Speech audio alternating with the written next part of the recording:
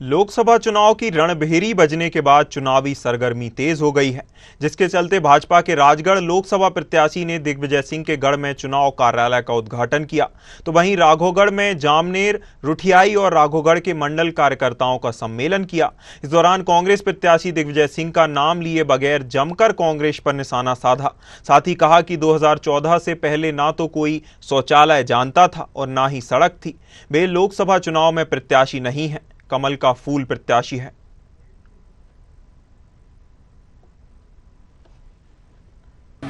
किसने पूरा किया है?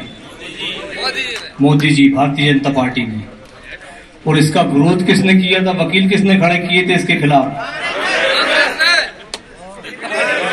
राम जी का अस्तित्व पूछ रहे थे। 370 हटाई, 35 हटाई तो मोदी जी ने। देश को आज विश्व पटल पे अगर ऊपर खड़ा किया है तो मोदी जी ने खड़ा किया है।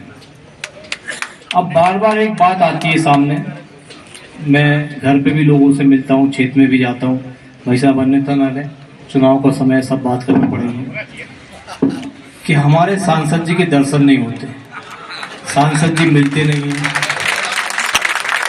हाँ, बड़ी खुशी हो रही है, आप लोगों को ताली बजा रहे हैं।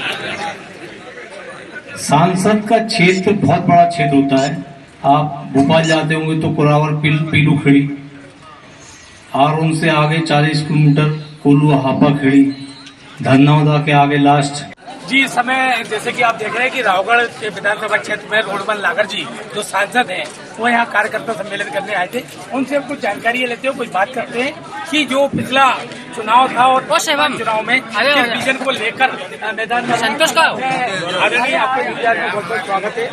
और जिस तरीके से लोकसभा चुनाव 2024 आपके सामने है, आपने पिछला चुनाव किन उद्देश्य से और किन बातों को लेकर लगा था और आपके क्या उद्देश्य थे और कितने वादे आपके द्वारा पूरे किए गए हैं, और वर्तमान में आप जनता के बीच में जो दोबारा से आए हैं, तीसरी बार आपको भारतीय जनता पार्टी ने मौका दिया, वो कौन से मुद्दे रहेंगे? देखिए, जब हम चुनाव लड़े थे उस समय सबसे बड़ा मुद्दा अगर कोई था हमारे यहाँ तो पलायन का मुद्दा था। पूरे हमारे राजगढ़ लोकसभा क्षेत्र से लोग पलायन करते थे, दूर दूर अपने ही क्षेत्र में, अपने ही यहाँ पर मारे फिरते थे, चराइले के रूप में, भेलसा के रूप में अलग अलग जगह जाते थे अपना पेट पालने के लिए। और उस पलायन के दंश को हमने रोका है, हमें संतोष है। आज हमारे क्षेत्र का व्यक्ति कम से कम पेट पालने के लिए कहीं बाहर नहीं जाता, तो थोड़ा सा क्षेत्र बचा है।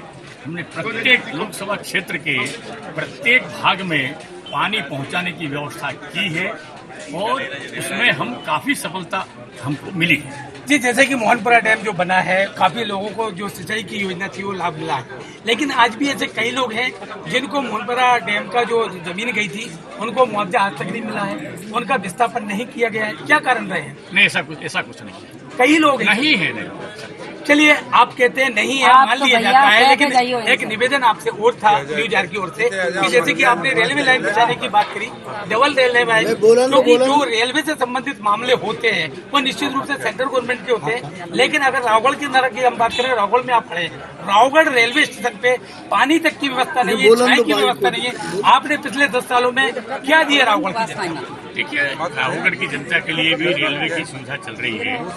यही हमारा केंद्र है। राघोगढ़ में एक स्टेशन था, वो धीरे धीरे वापस पटरी पर आ रहा है, और जैसे ये दोहरीकरण अगर होती। भारतीय जनता पार्टी के कार्यकर्ता है वो मंच पे नहीं दिखाई दिए गए और वो साइड में बैठे हुए थे।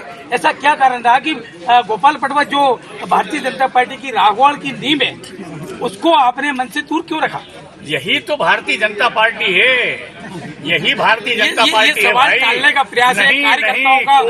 कोई भारतीय जनता पार्टी जिंदाबाद जिंदाबाद। अभी बंटी बना को लेके कुछ कार्यकर्ता, बंटी बना को लेके कुछ कार्यकर्ताओं ने कहा कि उनके विधानसभा चुनाव में कुछ लोगों ने काफी बात की, और ऐसा क्या कारण रहा कि जो योगेश शर्मा, लोकेशन राघोगढ़, जिला गुना मध्य प्रदेश, न्यूज आर।